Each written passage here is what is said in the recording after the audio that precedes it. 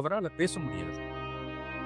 ஆனா, அவரோட ஒத்த சைகைக்காக 1200 வீரர்கள் போர்க்களத்துல காத்திருக்கணும். அவரை கண்டு மிரண்ட பிரிட்டிஷ் தளபதி அவரை பத்தி ஒரு புத்தகமே எழுதணும். அவர் பேரு குமாரசாமி. ஊமத்துரான்னு எல்லாரும் கூப்பிடுவாங்க. கட்டபொம்மனோட தம்பி. குரல் இல்லை, ஆனா அண்ணனுக்கு நிழலா ஒவ்வொரு போர்லையும் கூட நின்றவர்.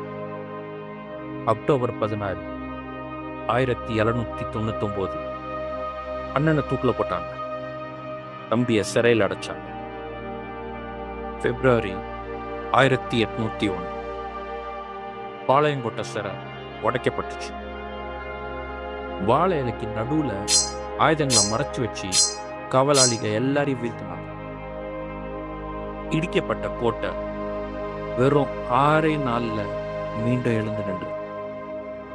தளபதி ஜேம்ஸ் வெல்ஸ் தான் இதுக்கு சான்றிதழ்.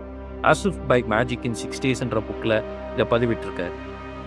சரியா 2 வருஷம் 1 மாசம் கழிச்சு நவம்பர் 16, 1801 அதே இடம், அதே மரம், தம்பி ஊமத்துரையும் தூக்குல போட்டாங்க.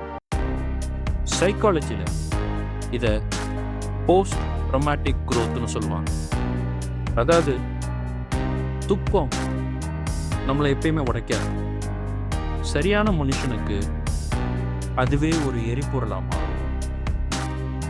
அண்ணனை இழந்த சோகத்தை ஆயுதமாக்கி 1200 பேரை வழி நடத்திய ஒரு அசாத்திய மனிதன் தான் ஊமத்துரை. நீங்க இழந்தது என்ன? எத்தனை தடவை எந்திரிச்சு இருக்கீங்க? கமெண்ட்ல சொல்லுங்க.